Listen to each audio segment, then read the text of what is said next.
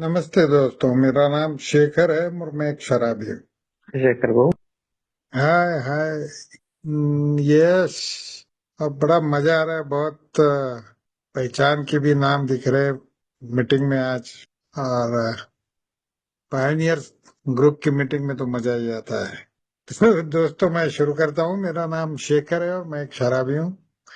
केवल ईश्वर की कृपा है और अल्कोहलिक्स अनोनिमस की मदद है। केवल यही कारण है जिस वजह से आज मैं शराब की पहली घूंट से दूर हूँ और एक स्वस्थ, शांत और समाधान की जिंदगी जीने की मेरी कोशिश जारी है। और ये कोशिश के लिए दोस्तों, मैं आप सभी का साथ लेता हूँ, आप सभी की मदद होती है। और इसलिए मैं आपकी प्रति कृतज्ञता शुरू में ही मैं व्यक्त करता हूँ कि बस ये सब आप सभी जो मेंबर्स हैं उन्हीं की वजह से मैं आज हूँ जैसा भी हूँ। खुश हूँ। दोस्तों, आज से करीब 15 दिन पहले ही मैंने इसी विषय पे, लेकिन मराठी में शेयर किया था किसी दूसरे मीटिंग में। और आज फिर से मुझे वही विषय है, और लेकिन शेयर मुझे हिंदी में करना है। तो हो सकता है कुछ बातें जो मैंने मराठी मीटिंग में कुछ अनुभवों का सहारा लिया था, शायद वही अनुभव फिर से आए या कुछ अलग भी अनुभव आ सकते हैं।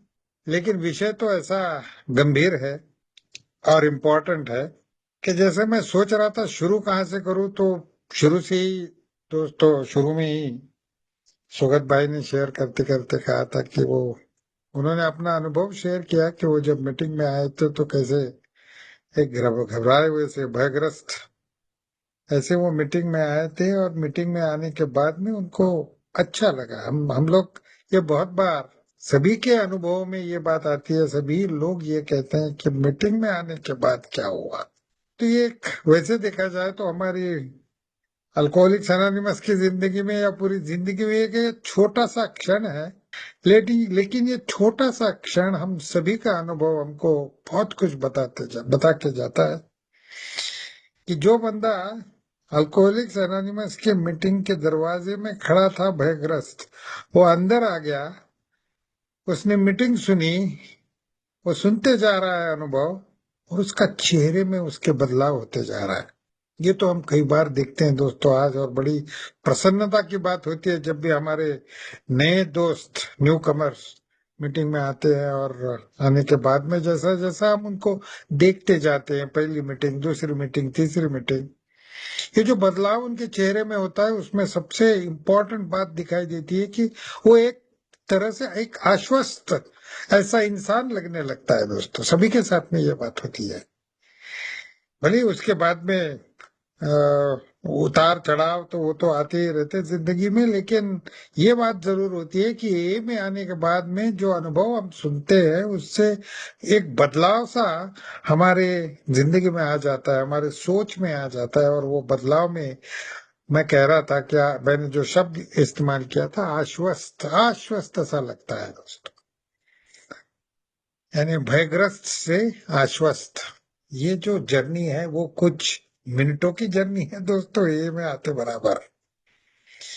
उसके बाद में जब हमारी एक्सप्रेस गाड़ी चल रही थी दिनेश भाई की, शुरू में मैं फोर्थ स्टेप मुझे सुननी थी हिंदी में। मैं कोशिश कर रहा था कि मैं बराबर पकड़ लूंगा वो फोर्थ स्टेप, लेकिन बड़ी मुश्किल हो रही थी वो एक्सप्रेस ट्रेन और उसमें ये पकड़ना। लेकिन बाद में सुगत भाई ने फिर से बताया कि निडरता से हमने निडरता से मॉरल इन्वेंट्री की बात कही गई है, खुद की छानबीन जो हमने की, नैतिकता की छानबीन हमने की। हिंदी हिंदी में जैसा भी ये फोर स्टेप लिखा है, सो फियरलेस मॉरल इन्वेंट्री, ऐसा मैं कहूंगा। अंग्रेजी फोर स्टेप कहती है कि और उसमें ये फियरलेस, ये बहुत महत्वपूर्ण ऐसा शब्द है। शुरू में जब भी मैं ये स्टेप्स पढ़ता था, अपना दिमाग लगाता था उस पे, और तो ये पढ़ते वक्त कई बातें समझ में आती नहीं थी, और कुछ बातों को मैं समझ गया ऐसे मुझे लगता था। उसमें ये फियरलेस मॉरल इन्वेंट्री की बात जब भी आती थी तो मुझे लगता था यार इसकी मुझे तो जरूरत ही नहीं है, मैं तो ठीक ही हूँ। और जैसे जैसे मेरा ए में मेरा अनुभव बढ़ते गया, ओल्ड टाइमर्स लोगों से बातें शुरू हो गई, उनकी शेयरिंग सुनना शुरू किया तो कुछ अटपटा सा लगा शुरू में, लेकिन जैसे जैसे वो बात बढ़ती गई अनुभव की, वैसे वैसे उस फियरलेस का अर्थ धीरे धीरे समझ में आने लगा कि क्यों वहां पर ये फियरलेस लिखा गया है। हमारे फोर्थ स्टेप में भी सबसे इम्पोर्टेंट चीजों को हमने हमने जिसके बारे में खुद की छानबीन की, उसमें जैसे फेयर, ये एक बहुत ही इम्पोर्टेंट ऐसी चीज उसमें आती है। और फियर के बारे में उसमें काफी कम शब्दों में, लेकिन फियर के बारे में और उसका एंटीडोट यानी उसके लिए हमने क्या करना चाहिए वो भी लिख रखा है। लेकिन दोस्तों, इसके बारे में जितनी जानकारी हम खुद लेने की कोशिश करेंगे ना इस डर के बारे में, ये BLW साहब का कहना है। वो कहते हैं, या हमारे फोर्थ स्टेप में ही जब हम पढ़ते हैं बिग बुक में, तो उसमें लिखा हुआ है कि हमारी जो जिंदगी है, ये जिंदगी के जो कपड़े हमने पहने हुए हैं ना बॉस, वो उन धागों से सिले हुए जो डर के धागे हैं। यानी कि मेरी जिंदगी यदि मैं पीछे मुड़ के देखता हूं ना, तो ऐसे डर में पूरी मेरी जिंदगी एक लपेट सी गई हुई मुझे दिखाई देती कि किस तरह से, किस कदर ये डर काम कर रहा था मेरी जिंदगी में, चप्पे चप्पे पे वो मौजूद था। BLW साहब कहते हैं कि हमारा 12 स्टेप प्रोग्राम और ये जो हम अल्कोहलिक्स अनोनिमस में आते हैं और हमारी शराब पीने की इच्छा हमारी गायब हो जाती है सभी के अनुभव के साथ में। हम जब जीना शुरू करते हैं अल्कोहलिक्स अनोनिमस का प्रोग्राम या मीटिंग कहूंगा मैं खाली, तो हमारी शराब पीने की इच्छा गायब हो जाती है। और वो होते होते एक बहुत महत्वपूर्ण बात होती है कि वो जो पावरलेसनेस मेरी समझ में आती है, उसके साथ साथ सभी लोग कहते हैं और मैं भी कहीं पे ये बिलीव करने लगता हूं कि एक उच्च शक्ति है। ये जो पावरलेसनेस का एक्सेप्टेंस और उसके साथ साथ ये उच्च शक्ति की जो जानकारी मुझे मिलती है, और एक ये जो आश्वस्त शब्द मैंने इस्तेमाल किया, वो आश्वस्त में क्यों हो रहा था, तो एक हायर पावर सभी मेंबर्स के जरिए मेरे इस पर काम कर रही थी दोस्तों। और इसी के लिए इसको BLW साहब ने कहा है कि फियर के लिए कौन सा एंटीडोट होगा, कौन क्या जवाब होगा फियर के लिए, तो वो होगा स्पिरिचुअल अवेकनिंग, जिसको हम कहते हैं आध्यात्मिक जागृति। जो हमारे 12 स्टेप में लिखी हुई बात है कि ये 11 स्टेप्स लेने से हमारे में आध्यात्मिक जागृति होगी।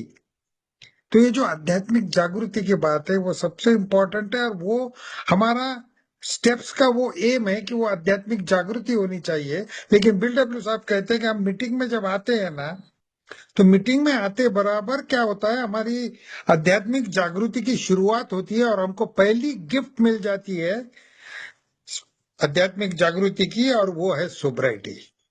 तो सोब्राइटी हमारी पहली गिफ्ट है अल्कोहलिक्स अनोनिमस में आते बराबर जो होती है बात। तो दोस्तों, ये जो आंखें खुलने वाली बात कही गई है ना हमारे स्टेप्स में, इसकी शुरुआत पावरलेसनेस के एक्सेप्टेंस से हमारी शुरू हो जाती है, ए में आते बराबर।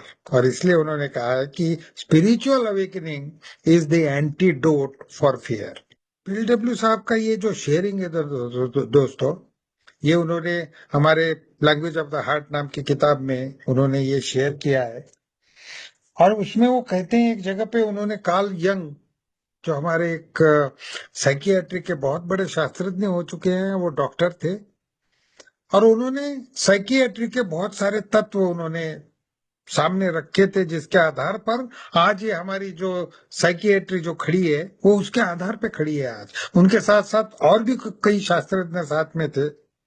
तो ये कार्ल यंग साहब ने एक बात कही है, ऐसा BLW साहब कहते हैं, वो कहते हैं, any person who has reached 40 years of age and who still has no means of comprehending who he is, where he is, or where he is next going, cannot avoid becoming a neurotic.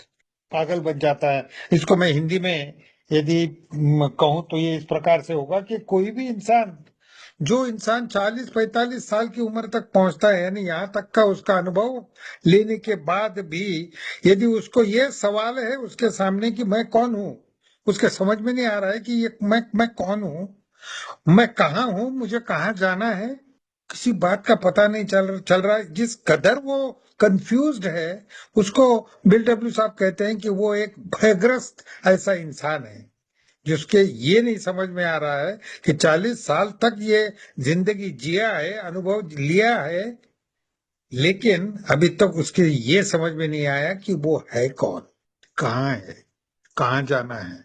उसको उन्होंने कहा है कि ये भयग्रस्त ऐसा इंसान है। दोस्तों, ये जब मैं पढ़ता हूँ ना, हमारे लैंग्वेज ऑफ द हार्ट में ये जो बिल डब्ल्यू साहब के बहुत ही गोल्डन वर्ड्स कहता हूँ मैं, उन्होंने आगे चल के अपने अनुभव इसमें लिखे हैं, उनके ये शेयरिंग्स है। और ये जब मैं पढ़ रहा था तो मेरे सामने मैं खड़ा हो गया दोस्तों, कि मैं जब अल्कोहलिक्स अनोनिमस के दरवाजे में आके खड़ा हुआ। जब अल्कोहलिक्स अनोनिमस में मैं आया, वो था ईयर 2001। और दोस्तों, 6 दिसंबर की वो बात थी, और शाम की उस मीटिंग में, नागपुर की उस मीटिंग में मैं पहुंचा। मुझे जिसने मैसेज दिया था, उस मेंबर ने मुझे वहां पे वो लेके गया था, और जब मैं उस दरवाजे पर खड़ा था तो मैंने देखा अंदर, यार इतने सारे लोग बैठे हुए थे, 60-70 तो कम से कम लोग होंगे उस दिन। इतने सारे लोग बैठे थे, कोई भी मेरे पहचान का नहीं था। और मैं इतना कंफ्यूज था। वो जो कहा है ना उसमें कि ऐसा इंसान, मेरी उम्र भी बराबर उसी थी, वही थी दोस्तों, 43-44 साल की मेरी उम्र थी। और मैं जब वहां पे आके खड़ा हुआ, ये सब लोगों को देख रहा था, पता नहीं ये क्या है, मैं कहाँ आया हूँ इसकी भी समझ नहीं है। लेकिन इसने कहा कि भाई ये एक की मीटिंग होती है करके मैं वहां पे आया हूँ, मालूम तो कुछ है नहीं।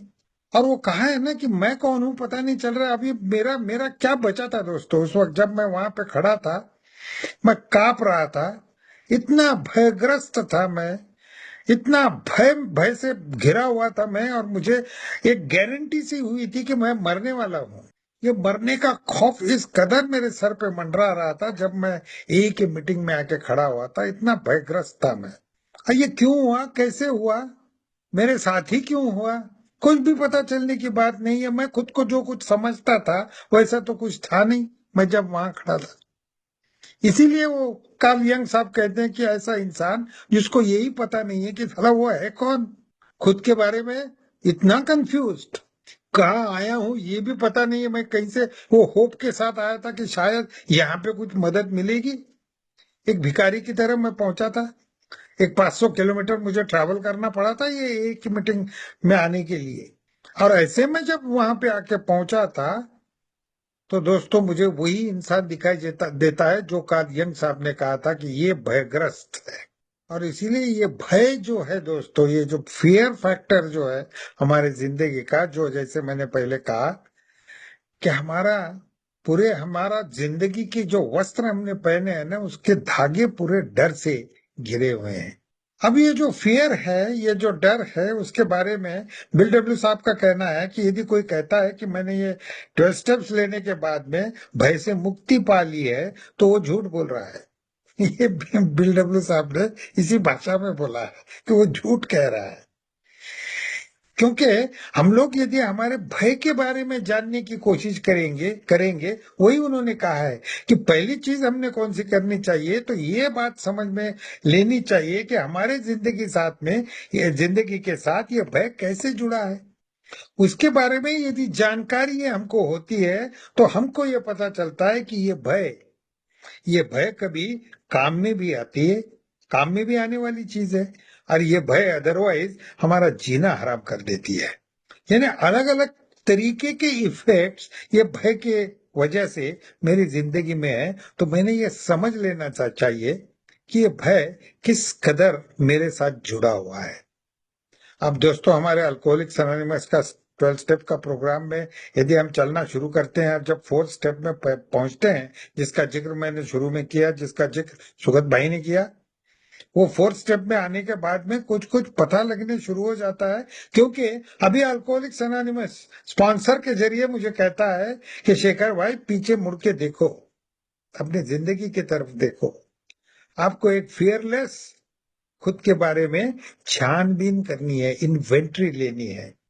और उसके लिए हमको कई जगह पे ये भी कहा गया है कि हमारे जो भूत है, हमारा जो भूतकाल है, वो एक खजाना है। और वो खजाना यदि मैं देखने की कोशिश करूं तो दोस्तों उसमें से बहुत सारे हीरे निकल के आते हैं जो मुझे आज की जिंदगी जीने के लिए काम में आते हैं। और इसलिए जैसे मैंने पीछे मुड़ के देखना शुरू किया, कुछ चीजें मुझे लिखने के लिए कही गई, मैंने मेरी स्टोरी भी लिखी थी। उस वक्त जो मेरे स्पॉन्सर का तरीका था उस तरीके से मैं जा रहा था, तो मेरी स्टोरी लिखने के लिए कही थी, वो स्टोरी मैंने लिखी थी। और वो स्टोरी लिखने के लिए जब जैसे मैं मेरी जिंदगी में पीछे पीछे जाते गया, तो उसने कहा था कि तब से सोचने की शुरू करो कि आपको क्या याद है, क्या आप जैसे बड़े होने लग गए थे। तो मुझे धीरे धीरे कुछ चीजें याद आ रही थी। और ये याद आने की जो बात है, वो एक साथ वो बात नहीं हुई, उसके लिए काफी दिन काफी महीने गुजारने पड़े कि अलग अलग वक्त अलग अलग चीजें आती थी मन में, खुद के बारे में, खुद की छानबीन। और वो जब शुरू हुई थी तब मैंने देखा कि जब मैं बच्चा था, तो दोस्तों मेरा घर बहुत बड़ा था। मेरे फादर सरकारी अफसर थे, क्लास 1 अफसर थे। हमारा बहुत बड़ा घर था। बहुत बहुत बड़ा घर, यानी ब्रिटिश कालीन घर था वो। कम से कम 15 से 20 तो कमरे होंगे यार, बड़े बड़े हॉल थे घर में। इतना बड़ा था, नौकर चाकर थे, किसी चीज की कमी नहीं थी मुझे। और दोस्तों अच्छे से अच्छे स्कूल में जाता था। और उस घर का मुझे आज जिक्र इसलिए मैं कर रहा हूँ कि उस घर में कम से कम वो आधा घर तो हमारा बंद ही था, इतना बड़ा था वो। तो बहुत सारे कमरे बंद थे। और बहुत बार मेरी दो बहनें थी, मेरा छोटा भाई था। तो ऐसे ही हम लोग बातें करते रहते थे उसमें। मेरी जो बातें चलती रहती थी, मैं 3 नंबर पे था, दो दो बड़ी बहनें और एक छोटा भाई था। तो मैं होगा करीब 12-13 साल का, उस वक्त की बात होगी ये। कि उस वक्त मैं बड़ी वीरता की बातें करता था। मैं कभी पेड़ पे चढ़ के दिखाता था कि देखो मुझे ये आता है वो आता है, क्या क्या करता था। तो उसमें एक दिन मुझे चैलेंज दिया गया कि वो आखिर वाला जो कमरा है ना, उस कमरा पूरा अंधेरा था दोस्तों, शाम की बात थी, पूरा अंधेरा था घर में। और मुझे कहा गया कि वहां जाके वहां कुछ चीज रखी हुई है वो लेके आओ। अब सीधी सी बात है दोस्तों, छोटा सा बच्चा, मेरी बढ़ गई। मैं बोला यार वो अंधेरे में कौन जाएगा। इतना डर मैं महसूस कर रहा था। और मैं कैसा, और बात ये हो जाती है कि ये अपना फेल्यूर होने जा रहा है अभी। यदि मैं गया नहीं तो ये बहुत बड़ा मेरा फेल्यूर है। और कहीं ना कहीं वो मन में जो अहंकार है ना, वो कहना शुरू करता है कि ये तो सहन नहीं होगा, मेरे अहंकार को ये सहन नहीं होगा। अभी अभी ये मैं आज देख रहा हूँ पीछे मुड़ के वो छोटे से शेखर की तरफ। उस शेखर को ये पता नहीं, वो अहंकार वहंकार उसको कुछ पता नहीं है। लेकिन कहीं पे उसके दिमाग में वो बात आ रही है कि साली मेरी इंसल्ट हो जाएगी मैं यदि नहीं गया तो वहां। और जाने की सोच रहा हूं मैं, तो मेरा पैर नहीं हिल रहा है क्योंकि डर ने पकड़ के रखा है कि कहा जाएगा वहां पे, साले भूत होगा वहां। तो इस कश्मकश में, और ये इस तरह की कश्मकशें दोस्तों जिंदगी में बहुत जगह पे आती है। इस कश्मकश में मैं था, और तभी जाके ये माँ मेरी सुन रही थी बैठ के। और उसको बड़ी मेरे पे उसको तरस आ गया। उसने कहा चल शेखर मैं आती हूँ तेरे साथ। और माँ का हाथ पकड़ के जब मैं उस कमरे में गया और जो कुछ बताया था वो चीज मैं लेके आया वापस। एक तो थोड़ा सा फेलियर तो लग ही रहा था क्योंकि मैंने हेल्प ली थी। अब देखो वो छोटा सा बच्चा, लेकिन हेल्प, यानी हेल्प किसके लिए, माँ के लिए। एक भगवान के बराबर, एक पावरफुल हायर पावर थी वो, जो कह रही थी शेखर मेरे साथ चल, डरने की कोई बात नहीं है। लेकिन मुझे लग रहा है कि ये तो मेरा फेल्यूर है। आने के बाद में लग रहा था कहीं पे मन ही मन लग रहा था, मैंने जाके तो दिखाया है अंधेरे में, लेकिन कहीं ना कहीं ये मेरा फेल्यूर जरूर हुआ था। मेरी बहनें हंसी थी, उनका वो हंसना भी मुझे अच्छा नहीं लगा था उसमें। लेकिन दोस्तों इसमें एक बात मैं भूल गया था कि मैंने माँ का सहारा किया, तो वो सहारा लेके यदि मैं कोई चीज करता हूं तो मैं उसको सक्सेसफुली पूरा कर सकता हूं, मैं अकेले नहीं कर सकता। इसका वो इतना सिंपल सा उदाहरण था, लेकिन वो बच्चे के समझ में आने की वो कोई बात नहीं थी दोस्तों। लेकिन आज मैं मुड़ के देखता हूं तो मेरी समझ में आती है कि अहंकार और भय का जो चालू हो जाती है ना बात, वो बचपन से ही चालू हो जाती है। और इस प्रकार से ये बात हुई थी। और आज हमको बिल डब्ल्यू साहब कहते हैं कि स्पिरिचुअल अवेकनिंग, ये स्पिरिचुअल अवेकनिंग आंखें खुलने की जो बात कहते हैं, क्यों अच्छा लगता है हमको एक ही मीटिंग में आने के बाद सभी को? हम क्यों आश्वस्त हो जाते हैं सब? यार मुझे लगता है सब लोगों को देख के, हम लोग जो कहते हैं होप और स्ट्रेंथ, ये होप स्ट्रेंथ ये जो शब्द सबका इस्तेमाल करते हैं, ये तभी आते हैं जब हमारा फियर धीरे से बाहर होना शुरू हो जाती है बात। हमको वो जो डर है, मुझे वो जो मौत का डर था दोस्तों, उस रात की बात है जिस दिन मैंने वो पहली मीटिंग की थी। वो पहली मीटिंग मैंने की, मैं दूसरे गांव से आया था, लेकिन मेरी ससुराल थी वहां पर। और उस दिन मैं शाम को घर गया सोने के लिए, मेरे लिए जगह बना के रखी थी, और दामाद का रिस्पेक्ट अभी भी हो रहा था उस घर में। मैं गया वहां पे जाके सोया, और मुझे एक बात याद आती है, भले ही उसको करीब करीब 23-24 साल हुए हैं, लेकिन एक बात मेरे याद आती है आज भी, कि उस रात जब मैं सोया था तो मेरे मन में शराब के विचार नहीं थे, मेरे मन में शराब न पीने के विचार आए थे। यानी जो शेखर एक दिन पहले जिसके मन में शराब पीने के विचार भी था, और वो विचार के साथ साथ डर भी था कि मैं अभी शराब पीऊंगा और मरने वाला हूं, ये मेरी हालत और इसकी समझ मुझे वो 5 दिसंबर को आई थी, जब मैं वो मेरे गांव में बैठ के एक बार में बैठ के शराब पी रहा था। ये मेरी कहानी का सबसे इंपॉर्टेंट पोर्शन मैं कहता हूं, ये मूवमेंट्स, ये इवेंट है। ये इवेंट मुझे बहुत कुछ चीजें आज भी बताता है दोस्तों। ये जो इवेंट मेरी जिंदगी में हुआ, जिसको बिल डब्ल्यू साहब कहते हैं कन्वर्जन, एक ट्रांसफॉर्मेशन होता है, इसको स्पिरिचुअल एक्सपीरियंस भी कहते हैं। तो ये जो आध्यात्मिक अनुभव से मैं जो गुजरा था, उसके बारे में जानकारी मुझे आगे चल के आई कि वो क्या हुआ था शेखर मेरे साथ। तू तू जो ये पहली बार मीटिंग को गया था, उस दिन कैसे कैसे हुआ था, ये जब मैंने याद करना शुरू किया, तब जाके मैं ये बोल सकता हूँ कि जब मैं दरवाजे में खड़ा था तो कितना भयग्रस्त था। और जब धीरे धीरे एक एक मेंबर की शेयरिंग सुनते जा रहा था, मैं सोच रहा था यार ये सही है, ये जो कह रहे वो सही है, क्योंकि ये तो मेरी कहानी है। ये जो कह रहे, ये जो तकलीफें बता रहे हैं, तो इसमें से तो मैं भी गुजर रहा हूं।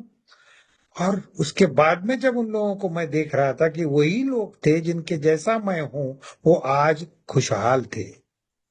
हर एक कह रहा था ईश्वर की कृपा है। हाँ, ईश्वर की कृपा, हम लोग जो कहते हैं, मैंने जो शुरू में कहा कि ईश्वर की कृपा है, मैं आज शराब की पहली घूंट से दूर हूं, और मैं एक अच्छी कोशिश कर रहा हूँ यार, एक अच्छी जिंदगी जीने की कोशिश कर रहा हूँ। यही सब लोग उस दिन यही कह रहे थे, और कोई दूसरी बात नहीं थी। लेकिन ये जब मैं सुन रहा था उस वक्त, तो दोस्तों वो जो डर का जो फैक्टर था ना, फियर फैक्टर, वो धीरे धीरे मेरे अंदर से निकल रहा था। क्योंकि एक आश्वस्त होके, उस दिन रात की बात कह रहा हूं मैं, उसी रात को जब मैं सोचा था, तो सोच में मेरे पूरे ये अल्कोहलिक्स अनोनिमस के मेंबर्स के शेयरिंग के विचार, उन विचारों से घिरा हुआ था पूरा, उसमें पीने के विचार नहीं थे। कितना बड़ा मिरेकल था ये पीने के विचार कई सालों से मेरे मन में थे, जिसको हम लोग डिसीज के हिसाब से जो कहते हैं ना, मेंटल ऑब्सेशन। वो मेंटल ऑब्सेशन कहाँ गया, वो कहाँ गायब हो गया उस वक्त, उस दिन? हम one day at A time बोलते हैं, मैं उस दिन की बात कर रहा हूं कि उस दिन ये जो हो रहा था मेरे साथ, ये कहीं पे मेरे मन से वो ऑब्सेशन को कुछ हिलाने वाली बात हुई थी उस मीटिंग में दोस्तों। और वो इस कदर वो हिल गया था कि मेरे मन में आ रहा था कि नहीं यार, ये लोग जो कह रहे थे वैसे ही यदि मैं कहूंगा। क्या कह रहे थे वो कह रहे थे आते रहो। यानी अगर मैं आते रहा, और वो यही कह रहे थे कि हम आते रहे हैं। कोई कह रहा था मेरे 10 साल से आ रहा हूं, किसी का 1 महीना हुआ था, किसी के 20 साल हुए थे। यानी जीते जागते सबूत मेरे सामने आ रहे थे, और ये सब सबूत चिल्ला चिल्ला के कह रहे थे शेखर दिस इज पॉसिबल। दोस्तों ये जो मेरी जिंदगी में ये जो पहचान हुई थी मेरी खुद की, मैंने कहा ना कि जब मैं आया तब मुझे ही मालूम नहीं था कि मैं कौन हूं। तो मुझे पहचान मिली थी उस दिन कि मैं एक शराबी हूं। ये जो पहचान मुझे हुई थी, वही पहचान थी जिसकी वजह से मैं सुकून के साथ में शाम को सो रहा था रात में। तो दोस्तों, ये स्पिरिचुअल अवेकनिंग की जो बात बिल डब्ल्यू साहब कहते हैं ना, इसके अनुभव हमारे हर एक के पास में है। जो भी आज सोबर है, हर एक के पास में ये अवेकनिंग के जो पहला अवेकनिंग, जो पहली गिफ्ट है, वो हम सभी को मिली है, जो भी ए के मेंबर है और आज सोबर है। तो दोस्तों, मैं इसी तरह से वो जो मेरी कहानी मैंने शुरू की थी कि मैं बचपन में क्या हुआ था, कि कैसे मैं आज देखता हूं पीछे मुड़ के, कि वो जो फियर फैक्टर उस वक्त बचपन में मेरे साथ था, वो एक माँ का जैसे ही मैंने सहारा लिया। दोस्तों, भगवान के बराबर माँ होती है, क्यों बोला जाता है ऐसा? तो ये कोई मैं कहूँगा, ये कोई ऐसी कहने की बात नहीं है, ये सच में ऐसी बात है कि हमारे साथ में जो भी घर में हमारे एल्डर्स होते हैं, वो सही में एक ईश्वर के समान होते हैं, क्योंकि वो मुझे सिखाते हैं यार, मुझे चलना सिखाते हैं, मुझे खाना सिखाते हैं, मुझे हर कोई चीज मेरी जिंदगी में जो आगे जाके मिलने वाली है, हर एक चीज के लिए ये हायर पावर मेरी एक अलग तरीके से दोस्तों बचपन से ही मेरे साथ काम कर रही थी। लेकिन मैं उसको मानने वाला था क्या? जैसे मैंने कहा उस वक्त मैं माँ ने जैसे मुझे माँ की मैंने हेल्प ली, तो कहीं पे मेरे मन में आया था यार, ये नहीं, मैं अकेला जाना चाहिए और अकेले जाके ये मैंने करना चाहिए। माँ की तो मैंने हेल्प ली, ये तो कोई भी करेगा। बच्ची की भले ही वो बात हो, लेकिन बहुत सही बात है दोस्तों। मेरा शराबीपन वहीं पे मुझे आज दिखता है, मेरे बचपन में, जबकि उस वक्त शराब कोसों मील दूर थी। और उसके आगे की मेरी जिंदगी शुरू हुई। मेरे पिताजी थे, बड़े डिसिप्लिन थे, वो बड़े डॉक्टर थे, उनको गांव में इतनी बड़ी स्टेटस थी, उनकी गांव में इतना रिस्पेक्ट उनका होता था, घर में इतना रिस्पेक्ट होता था। और एक उनका बेटा होने के नाते रोज शाम को आने के बाद में वो मेरे से बात करते थे प्यार के साथ, लेकिन किस चीज की बात करते थे? वो कहते थे, पढ़ाई तुमने की क्या, आज स्कूल में क्या हुआ।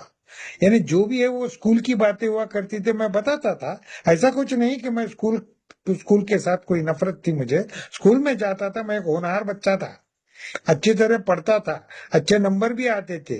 लेकिन मेरे पिताजी कहते थे, जब भी मेरा रिजल्ट लगा और मैंने यदि कहा उनको कि मैं फर्स्ट क्लास में पास हुआ, तो उनका कहना होता था, पहले मार्कशीट ला इधर, बाद में हम देखेंगे तुम फर्स्ट क्लास में आए हो या नहीं। इतना अविश्वास यार मेरे पे मुझे लगता था, इतना विश्वास मेरे पे। फिर मैं वो दिखाता था, फिर वो देखते थे, वो बोलते थे चलो ठीक है, लेकिन इससे ज्यादा नंबर मिलने चाहिए। यानी मैं सोचता था कि अभी पीठ पे मेरे थपथपाटा होगी कि वाह वाह शेखर, अच्छे नंबर आए, तो अभी मुझे सुनना पड़ रहा है कि इससे ज्यादा मिलाने की जरूरत है। मेरे पिताजी हमेशा, कभी मुझे ऐसा लगता है यार, ये कभी सेटिस्फाई नहीं होगा यार ये आदमी। धीरे धीरे मेरी जैसी उम्र बढ़ते जा रही थी, एक एक प्रकार से एक नफरत मेरे मन में मेरे पिताजी के बारे में, वो नफरत पैदा हो गई थी कि जब भी मुझे देखते वो कहते, तुम पढ़ाई करते दिखाई नहीं दे रहे हो, खेलते हुए ही देखते हो। दोस्तों, ऐसा कहते हैं कि बचपन में ही जैसे माहौल हो, जैसे ही व्यक्ति हो, जैसी ही परिस्थिति हो, उसका बहुत बड़ा इफेक्ट हमारे अगले कैरेक्टर पे होता है। लेकिन ये कैरेक्टर पे होने के लिए हम खुद जिम्मेदार होते हैं। ये मुझे आज दिखाई देती है बात, कि मैं किस तरह से इन चीजों को लेता था। और जब मेरी जिंदगी आगे बढ़नी शुरू हुई, तो मुझे एक प्रकार से जैसे एग्जाम आती थी, तो मुझे एक डर सा महसूस होता था। मैं पेपर लिखने जाता था एग्जाम में, तो मैं डरा हुआ सा रहता था, भले ही मेरी पढ़ाई अच्छी हुई हो, लेकिन मैं डरा हुआ रहता था। मुझे एक डर काफी सताता था उस वक्त। मुझे लगता था यार, इसमें यदि कम नंबर आए तो ये मेरे पिताजी क्या करेंगे मेरा। एक दो बार मुझे मार भी पड़ी थी कम नंबर आने की वजह से।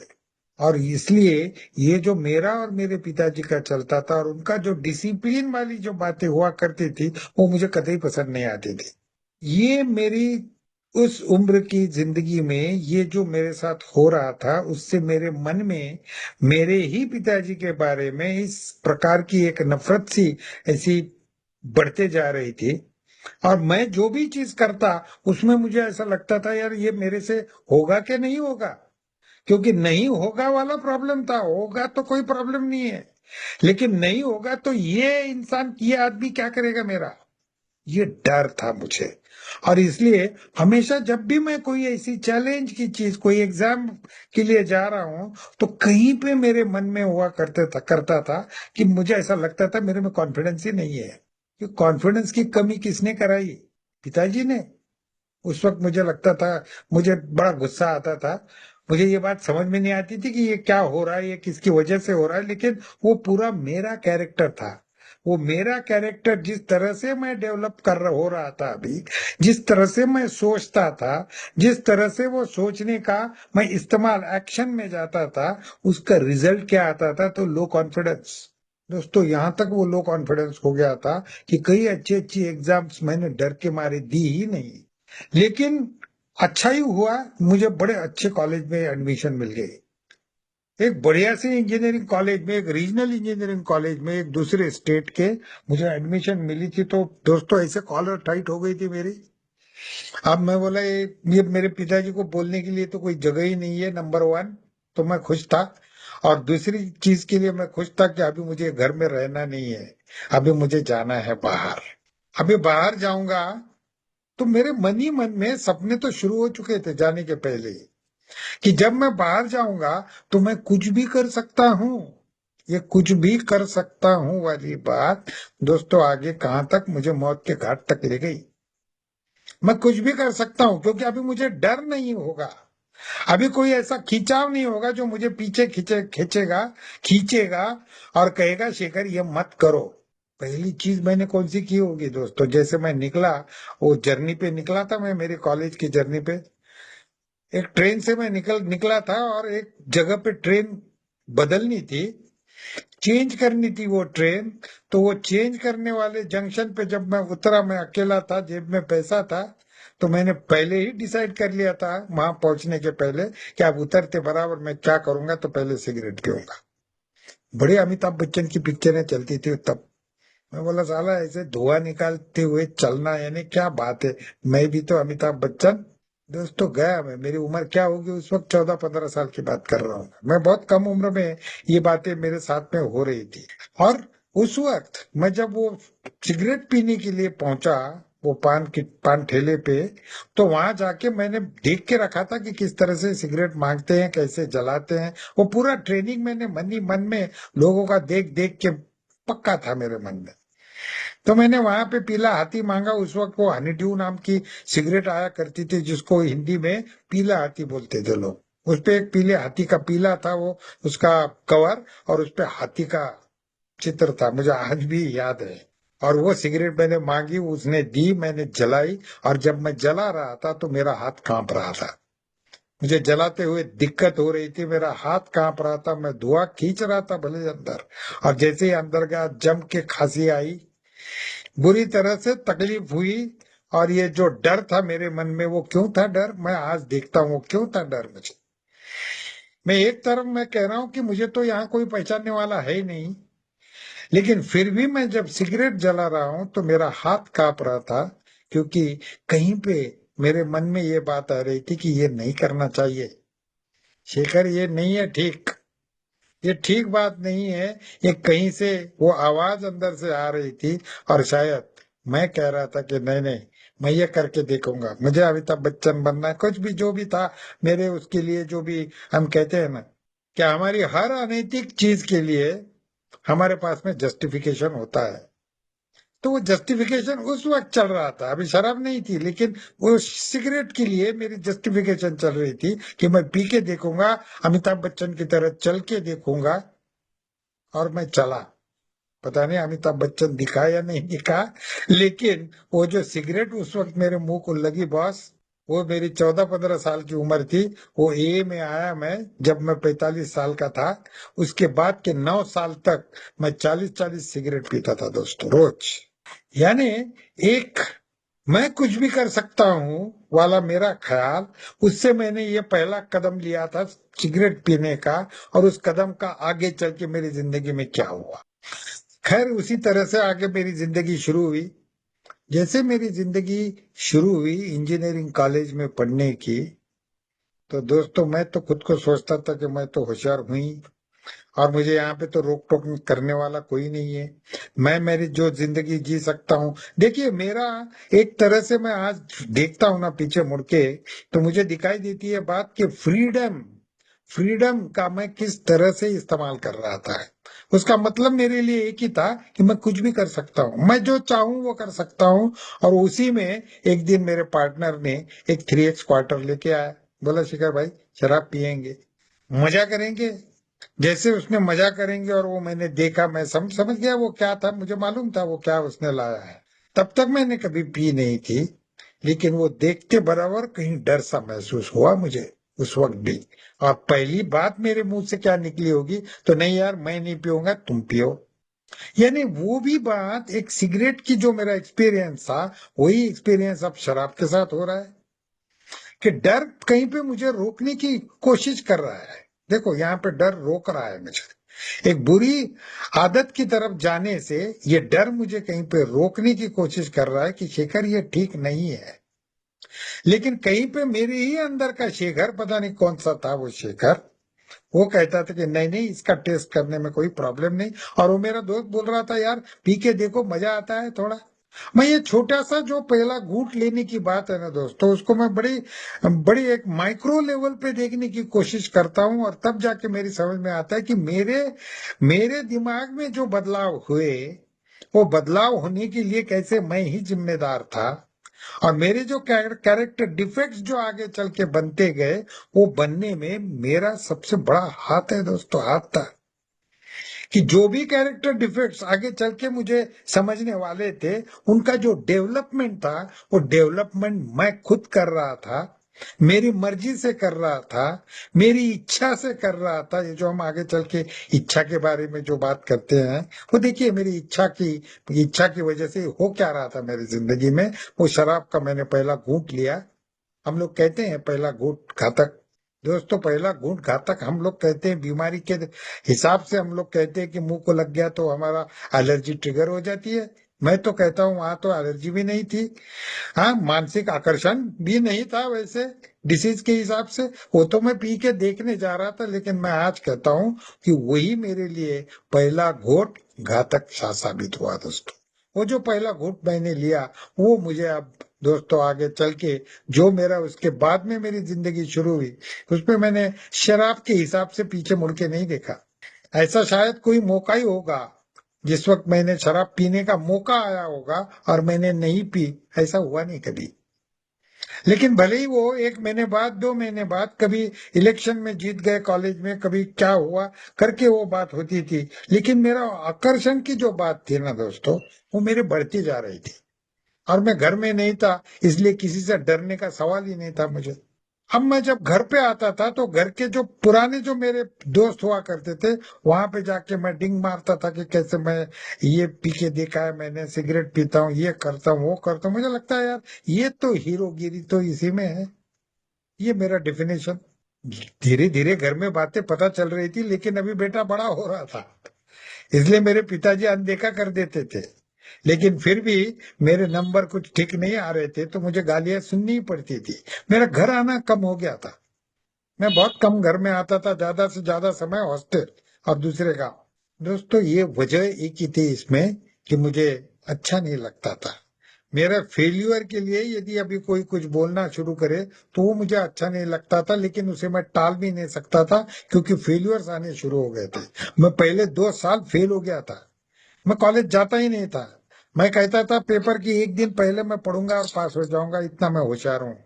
लेकिन वैसा होता नहीं था। मैं कुछ भी कर सकता हूँ, मैं कौन हूँ ये जो मैं आगे चल के जो हम कह रहे हैं कि मैं कंफ्यूज्ड स्टेट में कि मैं कौन हूँ यही पता नहीं है साला। और उस वक्त मैं कह रहा था मैं ये हूँ, मैं वो हूँ, मैं ये कर सकता हूँ, मैं क्या नहीं कर सकता। हाँ? हम लोग कहते हैं मैं जब जहां लात मारूंगा वहां से पानी निकालूंगा, ये वाली कहावत की तरफ ये सोचते हुए मैं आगे बढ़ता जा रहा था दोस्तों। और ये फेल्यूर्स आते गए, लेकिन कुछ कुछ अच्छी बातें भी उसके साथ साथ होती थी। तो ऐसे ही मैं इंजीनियर तो बन गया, मैं इंजीनियर बन गया, इंजीनियर बनते बराबर मेरी शादी हो गई, मेरा लव मैरिज हुआ। और ये लव मैरिज शादी साथ साथ में शराब, और शराब अभी तक मैं शराबी बना नहीं था। लेकिन कल परसों ही मेरी और मेरी बीवी की बात चल रही थी, उसमें एक बात हमारे सामने आई और मैं हक्का बक्का रह गया यार। हमारा पहला बेटा हुआ था 1983 में, यानी हम शादी के हमारे 3 साल बाद हमारा पहला बेटा हुआ था। और हमेशा मैं शेयर करता हूं कि 1983 वो साल था वहां से मुझे रोज शराब की मुझे रोज जरूरत पड़ी 1983 से। यानी तब तक मेरी फ्रिक्वेंसी बढ़ती गई, शराब पीने के मौके बढ़ते गए, वो मौके मैं ही लाता था। और वो ऐसा करते करते वो बात आ गई थी कि अब मैं अकेला शराब पीने लग गया था। मुझे किसी के साथ शराब पीने में अच्छा नहीं लगता था, क्योंकि कहीं पे एक डर था कि लोग कहेंगे ये तो रोज पीता है। और मन में ये भी बात आती थी, समझ में आती थी कि रोज पीना ठीक नहीं है, लेकिन अब मैं उसे रोक नहीं पा रहा था। फिर भी मेरा अहंकार मन से बोलता था, अरे ये कभी भी तू कंट्रोल कर सकता है, इसको जब मौका आएगा तो कर लेना। ये मन कहता है। और मैं खुद को, यानी मन कहता है यानी ये जस्टिफिकेशन है कि जो जब भी सोचेगा तू कर सकता है ये, अभी तो चकले आज। तो वो भी तो one day at A time हो गया था। आज का दिन, आज के दिन के लिए मुझे पैसों की भी जरूरत पड़ती थी, और आज ही के दिन के लिए मुझे शराब भी चाहिए थी। तो इस तरह से one day at A time मेरा ए में आने के पहले ही शुरू हुआ था। लेकिन वो जिस कदर से शुरू हुआ था ना, उसमें पूरी तरह से अनैतिक, जिसको कहते हैं ना हम लोग, जब आगे चल के स्पिरिचुअलिटी की बात करते हैं तो उसमें नैतिकता और अनैतिकता की बात करते हैं। आज मैं पीछे मुड़ के देखता हूं तो मेरे विचारों में अनैतिक विचार ये बहुत ज्यादा हुआ करते थे। अभी अनैतिक किसे कहना और नैतिक किसे कहना, तो ये भी बात जब हम स्पिरिचुअलिटी और या आध्यात्मिक कहते हैं, हमारी आध्यात्मिक बीमारी, तो मैं बड़ा पजल होता था ये आध्यात्मिक क्या है। लेकिन एक सुंदर से शेयरिंग ने इस आध्यात्मिकता के बारे में मेरे मन में एक इतना अच्छी तरह से उसके बारे में ख्याल दिया। ये आध्यात्मिकता क्या है, एक मेंबर शेयर कर रहा था और उसने कहा, वो ये कह रहा था कि मैं इस तरह का इंसान हूं। वो कह रहा था मैं कैसे स्पिरिचुअली बैंकरप्ट हूं, किस तरह से यह आध्यात्मिकता का पूरी तरह से मेरे मन से ह्रास हुआ है। तो वो कहते हुए वो कह रहा था कि मुझे, मेरे लिए क्या योग्य है, मेरे लिए क्या अयोग्य है, इसमें समझ में नहीं आता ये बातें मेरी। इसका मतलब शुरू में मैं कंफ्यूज था। मैं तो कहता हूं मुझे तो समझ में आता है कि योग्य क्या है और अयोग्य क्या है। लेकिन आगे चल के मेरी ये बात समझ में आती है मेरे अनुभव से कि जो भी गलत चीज मैं करने जाता था, उसको जस्टिफिकेशन देता था मैं, उसको जस्टिफाई करता था। वो अनैतिकता अनैतिक है ये मालूम होने के बावजूद मैं उसको कैसे ये करना ठीक है ये खुद को ही समझाता था। और ये समझाना दोस्तों, इसको माल एडजस्टमेंट कहते हैं। ये माल एडजस्टमेंट है जिंदगी के साथ में। ये माल एडजस्टमेंट मैं इस तरह से करता था, खुद को ही समझाते हुए कि मैं जो कुछ कर रहा हूं वो आज के लिए इस जगह पे ही वो ठीक है तो अनैतिक, ये करना तो नहीं चाहिए, लेकिन अभी ये कर दिया तो कोई अर्ज नहीं है, कोई देख नहीं रहा है। इस प्रकार के जस्टिफिकेशंस हुआ करते थे। और बहुत सारी ऐसी चीजें, मेरे हरकतें मेरे हाथ से हुई, मेरी जिंदगी में हुई, वो खाली इस वजह से हुई कि वो मुझे मालूम था, उसके बारे में डर था, लेकिन मुझे ऐसा लगता था कि ये किसी ने देखा नहीं है। ऐसी भी बातें हुई। तो दोस्तों, वो जो मैंने 1983 की बात कही, वो 83 के बाद में मेरे शराब का सिलसिला इस कदर बढ़ता गया कि उसके बाद में 93 आया। यानी 10 साल तक मेरे घर में, वो जो हम लोग थर्ड स्टेप पढ़ते हुए, जब हम कहते हैं ना कि सेल्फ विल रन रायट वाली जो बात कहते हैं ना, उसको बराबर फिट बैठता है। वो जो 10 साल थे मेरे, उस 10 साल में मैं, मेरी मेरी सर्विस भी चल रही थी। वहां भी मैं शुरू शुरू में बहुत अच्छा कर रहा था, बहुत मेरी तारीफ होती थी। लेकिन वो धीरे धीरे मेरा काम पे जाना, काम के बारे में मन ही मन में मुझे एक ये कहते हैं ना डिसइंटरेस्ट। और मन मेरा कहता था यार चल शराब पीते, चलो 4 बज गए, 5 बजे तक ड्यूटी हुआ करती थी, तो 4 ही बजे मैं खसक जाता था, मैं सीधा बार पे जाके बैठता था। नोबल प्रोफेशन में था मैं। अब एक कॉलेज में मैं पढ़ाने का काम कर रहा था, और उसके लिए मुझे फायदा भी बहुत सारा मिल रहा था। कहीं सुबह में 2 लेक्चर ले लिए, तो आगे चल के यदि गायब होगा तो किसको पता चलेगा। लेकिन दोस्तों पता चलता है, लोगों को पता चलता है, वैसे लोगों को पता चल रहा था। और मेरा जो वहां का जो बॉस था, जो हेड ऑफ द डिपार्टमेंट था, वो एक तो मेरे से जूनियर था, लेकिन हेड ऑफ द डिपार्टमेंट बना था। और उसके बारे में वैसे ही मन में मेरे काफी खुन्नस थी, लेकिन खुन्नस से ज्यादा मेरे मन में उसके बारे में डर था। ये मैं बहुत बार शेयर करता हूँ। मैं जो काम पे जो मैं जाता था, तो काम पे जाते वक्त अब ये हालत हुई थी मेरी कि सुबह काम के लिए मैं जब जाता था तो मेरे मुंह को बदबू आती थी शराब की। और मेरे कलीग जो थे साथ में काम करने वाले बोलते थे, अरे यार तू क्या सुबह मार के आ गया है क्या। बड़ा मुझे गुस्सा भी आता था, मुझे गिल्टी भी लगता था कि यार बात तो सही है, लेकिन कल मैं इतनी ज्यादा पी गया रात में। और बात ऐसी हुआ करती थी शुरू शुरू में कि मैं रात में ही पीता था, देर रात तक पीता था, बहुत ज्यादा पीता था, बेहोश होने तक पीता था।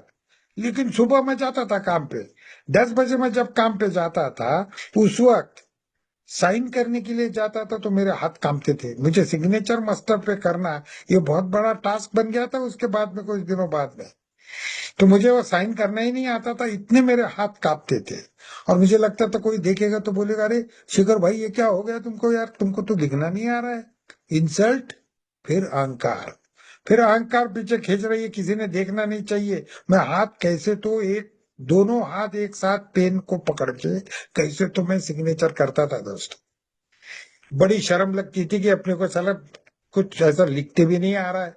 और समझ में आ रहा था ये सब शराब की वजह से हो रहा है, लेकिन फिर भी मन में हम लोग जिसे डिनायल कहते हैं, वो डिनायल यदि थोड़ा और क्लोजली यदि हम लोग उसको इंस्पेक्ट करें तो बहुत कुछ बातें बताता है दोस्त। मेरे मन में ये मुझे मालूम था कि ये बहुत गलत हुआ है अभी, लेकिन एक मेरे मन का अहंकार मुझे कह रहा है कि ये तू कभी भी बंद कर सकता है, ये तो कभी भी कंट्रोल कर सकता है, क्योंकि मुझे कंट्रोल करना ही नहीं था। लेकिन मन मुझे कहता था ये तू कभी भी कर सकता है। कुछ दिनों के बाद में इसमें बदलाव हुआ। मेरी समझ में आया कि मैं इसको कंट्रोल कर ही नहीं सकता, मैं इसको कंट्रोल ही नहीं कर सकता। लेकिन फिर भी मन कहते जा रहा है और मैं भी खुश हो रहा हूं कि चलो मैं कंट्रोल कर लूंगा कभी ना कभी। दोस्तों ये हालत मेरी, मैं जब ये जो 10 साल की बात बता रहा हूँ, वो 10 साल के बाद में मेरी बीवी साइकियाट्रिस्ट के पास मुझे लेके गई, क्योंकि अभी घर की हालत पूरी तरह से खराब। घर में पैसों पैसों की मारामारी हो गई थी। बच्चे बच्चे दो, अभी मुझे बच्ची हुई थी, 2 बच्चे घर में, और उनका स्कूल, उनकी स्कूल की फीस लेना जाना। मैं जाता ही नहीं था काम पे, मैं काम पे नहीं जाता था। एक दिन मुझे सस्पेंड कर दिया कॉलेज ने कि ये काम पे ही नहीं आते घर के। सो ये सस्पेंशन होने के बाद में देखिए कैसी बात है, मेरे मन में कहीं पे अच्छा लगा, क्योंकि मुझे डर से मुक्ति मिली थी। सारा अभी उससे मुंह ही दिखाना नहीं है उसकी ऐसी तैसी। किसकी? वो बॉस की। क्योंकि कॉलेज जाना मुझे इतना डर लगता था यार, कहाँ से जाऊं, मैं जाऊं तो वो तो बुलाएगा। क्योंकि मैं जब भी जाता था, मैं काम पे लगने से पहले वो प्यून आके बोलता था साहब ने आपको बुलाया है। और जैसा साहब ने आपको बुलाया है बोला कि मेरा डर चरम सीमा पर, इतना डर जाता था मैं कि साला जैसे अब ये खा जाएगा। और जाने के बाद में कई बार ऐसा होता था कि बात कुछ अलग ही होती थी, लेकिन वो डर से मैं काम भी नहीं कर पा रहा हूं बस। सो ये डर किस कदर मेरे साथ में, जो मैंने कहा, लपेटी थी मेरी पूरी जिंदगी, वो डर में लपेटी हुई थी। उसमें अहंकार अलग हिसाब से काम कर रहा था, उसकी उसमें गुस्सा भी आ रहा है ना, ऐसे कॉम्प्लेक्स ऐसी सिचुएशन मेरी खोपड़ी की हुई थी। और ऐसे मैं जी रहा था, कुछ समझ में नहीं आ रहा था। और जब दोस्तों ये मेरी 8 साल तक, उसके बाद में मेरी बीवी ने इतने सारे पैसे खर्च किए होंगे, वो रिहैबिलिटेशन सेंटर हुए, मांत्रिक तांत्रिक साइकियाट्रिस्ट, कितनी बार गया, मेरे पास में तो काउंट ही नहीं है उसका। ये 8 साल तक चला। और जब 8 साल होने के बाद में भी मेरा पीना शुरू था, तब एक मौका ऐसे आया जब मेरे फैमिली ने डिसाइड किया कि वो पावरलेस है। आज मैं उस भाषा में बोलता हूँ कि पावरलेसनेस, ये जो शराबीपन है, ये जो अल्कोहलिज्म है, इसके सामने पावरलेसनेस, मेरी फैमिली को पता चल गया उस बात का एक अलग हिसाब से कि इसको हम कुछ नहीं कर सकते। अभी इसकी शराब बंद करना हमारे बस की बात ही नहीं है। और उन्होंने मेरे से तो बात ही करना बंद कर दिया था। यानी रिलेशनशिप अब इस कदर टूट गई घर की कि कोई बात नहीं कर रहा है, मुझे भी बात करने की इच्छा नहीं है किससे। मन में नफरत नफरत और नफरत के सिवा कुछ था ही नहीं। मैं पड़ा रहता था घर में, कैसे तो कहीं से कहाँ से आती थी मालूम नहीं है। जब भी मुझे ऑब्सेशन मेरा जागृत होता था, मैं उठ के कैसे भी करके जाता था बार में, कहाँ से पैसे कमाता था, क्या करता था, अभी मुझे याद नहीं है दोस्तों। चोरी ही करता था, मैं घर में ही चोरी करता था। और जाता था कैसे तो पीता था, फिर घर में आता था, फिर जाता था। क्या चल रहा था ये बात, ये चल रहा था मेरा। और ये मेरे घर के जो लोग थे, उन्होंने कहा था कि अभी ये शायद ऊपर जाएगा, तभी इसके साथ में ये शराब भी जाएगी। ये बोलने की बात नहीं है, ऐसा कोई बोलता नहीं है, लेकिन उनका रवैया ही वही था। अभी कोई बात ही नहीं कर रहा मेरे साथ में, कोई पूछ भी नहीं रहा क्यों पी रहा है, ये भी बात नहीं है और कुछ भी नहीं है। वो हालत जब मेरी हुई, मैं कहता हूं, not helping an alcoholic is the biggest help that he gets. अभी कोई नहीं था मेरे साथ, अभी कोई दोस्त भी बचा नहीं था, कोई इर्द गिर्द था नहीं। और मैं इतना डरा हुआ था, और ऐसी डरी हुई स्टेट में वो 5 दिसंबर को मैं बैठा हुआ था बार में शराब पीते हुए। हाथ कांप रहे थे, शराब छलक रही थी, मुंह तक ग्लास ले जाना मुश्किल हो गया था। और उसमें भी शर्म आ रही थी कि कोई देखेगा तो बोलेगा ये क्यों ऐसा कर रहा है। देखो, अहंकार मेरा उस स्टेट में भी, मेरी ऐसी हालत खराब हुई है, फिर भी अहंकार की बात आती है सामने, और वो कहता है कि देख साले तेरी क्या हालत हो गई, लोग देखेंगे तो क्या कहेंगे। शर्म आ रही है। अब उसमें क्या शर्म आनी है, इतने साल हो गए साले, तेरे अभी मन में विचार वही आया मेरे कि शेखर अभी ये अंधेरा ही है तेरी जिंदगी में, तू शराब पिएगा और मरेगा, इसके सिवा और कोई चीज हो नहीं सकती। अब डर पहुंच गया, ये हाइट पे पहुंच गया डर कि मैं कांप गया था, मैं रियली मैं पूरा हिल गया था, पूरा शरीर मेरा कांप रहा था। और उस वक्त मेरे मन में ये बात आई कि मुझे मदद की जरूरत है। देखो बॉस बेवड़ा, हाँ 22 साल तक मैं पिया, पता नहीं क्या क्या होते गया मेरी जिंदगी में, बहुत उटपटांग बातें हुई, आज मैं शेयर नहीं कर रहा हूँ। लेकिन जब मैं उस वक्त पहुंचा, उस जगह पे मैं जब पहुंचा, तो मेरी हालत मैंने ये बना रखी थी, और डर का माहौल इतना खौफनाक था उस वक्त कि अपने आप वो अहंकार की भी ऐसी तैसी हो गई। और मैं कह रहा हूं कि मुझे यार मदद चाहिए किसी की। अब मदद मांगू तो किससे मांगू? घर में जाके यदि मैं कहता आई वांट हेल्प, तो हंसते हंसते थे सब लोग घर में। ये मेरे समझ में आ रहा था उस वक्त भी। फिर कौन मदद करेगा यार मुझे?